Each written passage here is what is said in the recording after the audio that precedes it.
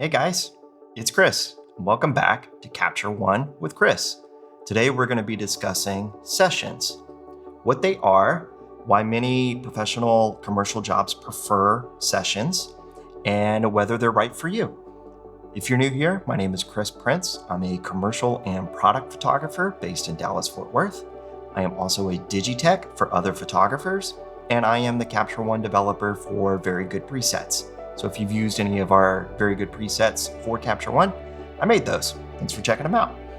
So today we're going to be going through sessions, getting you educated, and hopefully eliminating any fears or any confusion about what they are, how they're different than a catalog, and why you even need to know about them. Especially if you're a Lightroom user, making the switch over to Capture One.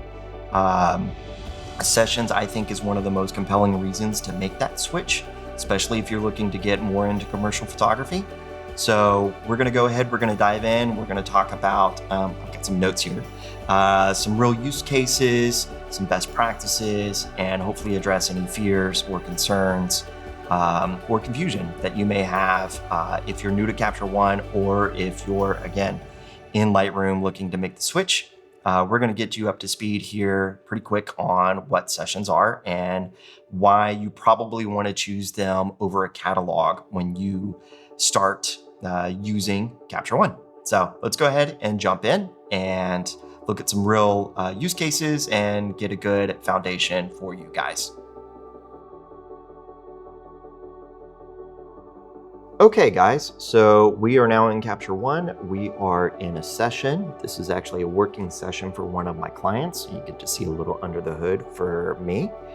So we're gonna go ahead and start and kind of show you this library over here. So you know, obviously you've got these different tabs. So under library, you have this breakout of kind of your folder tree. We've got some filters here. Let's go ahead and close our filters.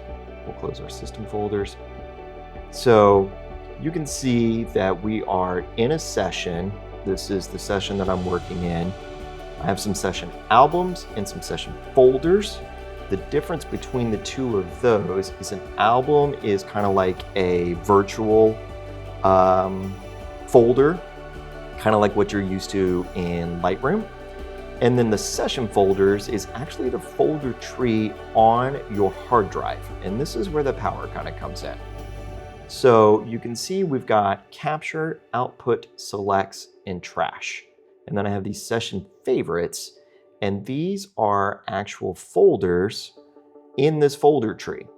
So if I expand this, you can see I have these different categories that I've created for this jewelry client. This little icon here shows you if you are tethering. This is the folder that your images are going to auto import into. And you can change this, set as capture folder, or you could do a hotkey, whatever works for you. And so if you were shooting tethered and you're shooting bracelets, then you could, set that as your capture folder or charms or whatever. So these session folders are really powerful. But to kind of kick us off and to start and to show you this capture folder, we'll go ahead and shrink this back up. Capture, output, selects, and trash are automatically created when you create a new session. And really why you want to do a session versus a catalog is a catalog is going to be kind of a collection of all your images. And then you could do folders within that catalog of whatever you wanted it to be. So if it was personal images, it could be vacations, it could be travel, it could be family photos, whatever. But it's going to be kind of a catch-all for everything. A session is really dedicated to this individual shoot or like an individual client. So if I was doing an individual shoot for this jewelry client and I had a bunch of products I had to shoot, I would do a session so that all my other images, my family photos or other clients or whatever, is not mixed in with this shoot. It is only this shoot is in this session. So to kind of show you, I'm going to slide over here. This is the session, capture, output, selects, and trash. This CEO session DB, this is our database. This is our actual session. And then you can see capture, output, selects, and trash. So if we were auto importing into bracelets, every DNG is going to import into this folder. Charms, earrings, so on and so forth. So you can see that you get a very nice little folder tree that is incredibly helpful so that this shoot, this capture, these items, here are my raws. So let's go ahead and do a new session. So we're going to do this as a YouTube example. We'll have capture, selects, output, trash. And see, capture name is already going to, it's going to match whatever my session name is. This add capture folders is part of the studio version. I'm going to go ahead and do this just so you can kind of see like a little more advanced. So if I do session name, 2-digit counter, it's going to create 10 folders and it's going to start those folders at 1. It's kind of cool. And location is going to be our desktop. So we don't have any images in here. This is our YouTube example session. So that jewelry client is not mixed in here. Nothing's here. It's totally blank. Again, that's useful if you're on a commercial job and you're working on set.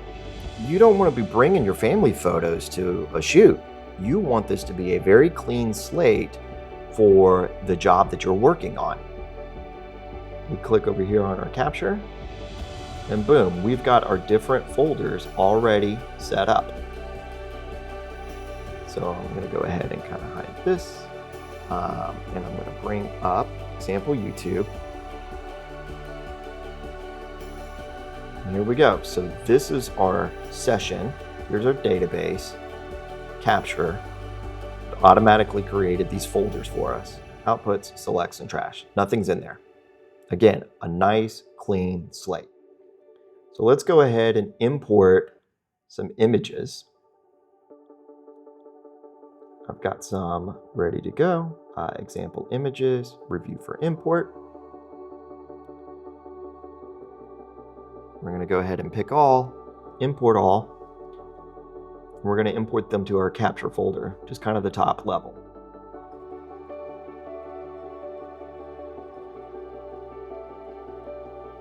So we've got a bunch of stuff in here. This is a job I did earlier this year. So if we wanted to kind of label these to match, rename, let's see, we'll do blue, we'll do purple, we'll do green, so on and so forth. You get the idea.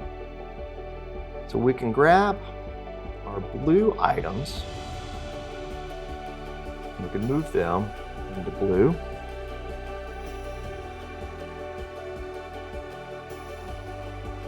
So on and so forth. So you get the idea.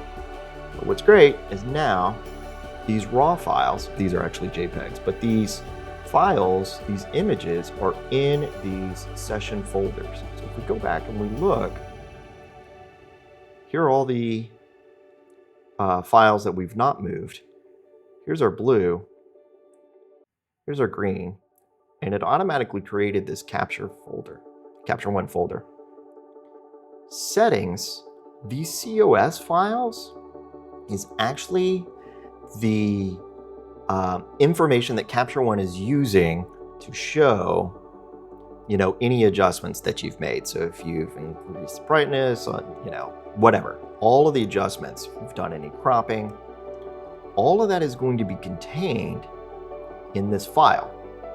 Here's another reason why this is super helpful. So not only do you have just the images that you're working on, you have the instructions on the edits that you've made with that.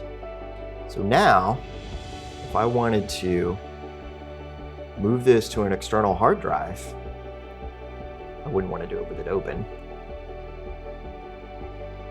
But now, I could either move it or I could copy it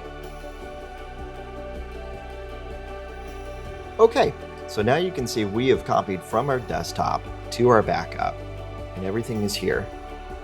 Here's our actual session. Here's our images. Say we also wanted to put this on a RAID drive. So we're just going to copy this. Fantastic. So remember, we created this on the desktop, as you can see here. So we're going to go ahead and open it from my RAID drive. And here we are.